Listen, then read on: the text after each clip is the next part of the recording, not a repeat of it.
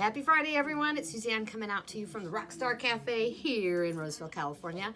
I just want to take a time and say, hey, I miss y'all. I haven't been on video for a little while because the market's been hot. And so I've been working it, and I want to just give you a couple of tips now that I've come up for air here at the Rockstar Cafe for you. And what I'm seeing that's going on in this market. So 3 quick tips for buyers. 1, it's a fast moving market. I think I said that last time, but if you want to move up as a buyer into a bigger house, a more beautiful house, or even if you want to move down, you're going to be competing. I can't tell, so unless you have an off market or an intern in with somebody else, if it's on MLS, you're going to be competing. And therefore you can't just look at the list price. You look at the big picture. How much do you like it? Nobody likes to overpay, but when you have a market that's moving so swiftly, you got to think just what it's listed for. Who decides the price? This is a law of supply and demand. The market will decide the price.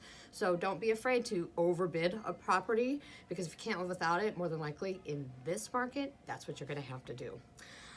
Another tip I'm going to give you for buyers, and these are specifically cash buyers. And all cash can crash, okay? So right now, I think there's a sentiment that if you're cash, you're king. In this world, cash can crash. So once again, you're a buyer just like everybody else with technology and lenders and buyers that are super prepared. There are deals that can close with a loan in as quick as 15 days.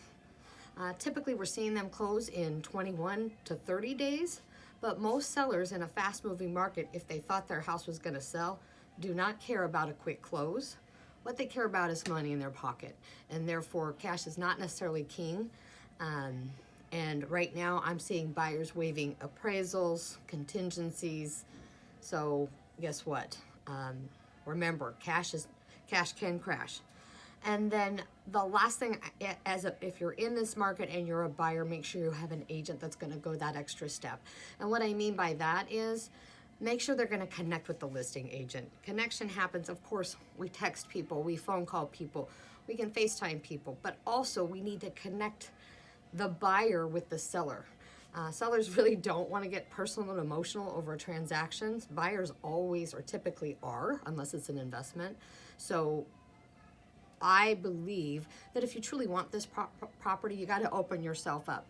Make sure that that agent is presenting a personal letter from you, the buyer, a picture of the family, the dog, why you love the house.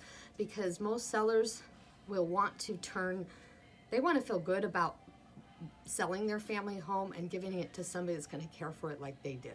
Okay?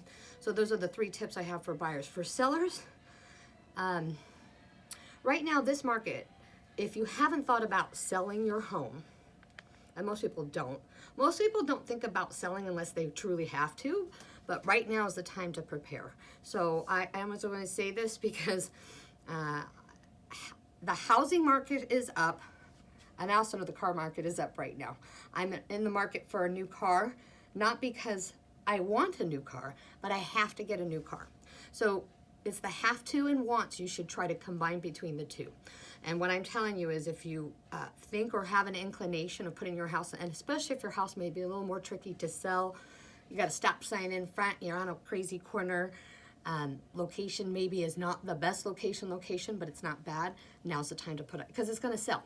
So as long as you're priced correctly, it's going to sell, because this market, there's not enough inventory. The absorption rate of what's happening right now is absolutely insane, and listings are down. So as buyers are gobbling up the inventory, nobody's putting their house on the market, and what that's doing is bringing that price up.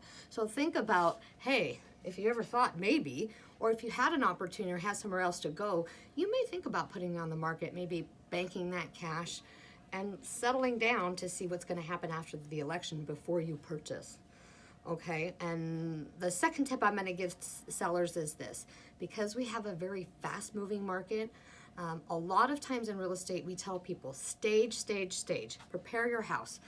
Clean your house. Now, I'm always going to be a proponent. Please make sure your house is clean, okay? But When it comes to staging and doing improvements or market-ready improvements, and that would be things like flooring, painting, etc., there's always a question I want people to ask themselves, which is, am I going to get the value of my money or the bang for my buck for what I'm investing in the pre-marketing activities out at the sale?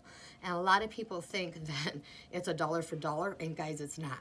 You know, when we see kitchens, I always say, if you're going to think about selling your house and you're going to remodel and update your kitchen, please don't do it to sell your house. You should have done that before and enjoyed it.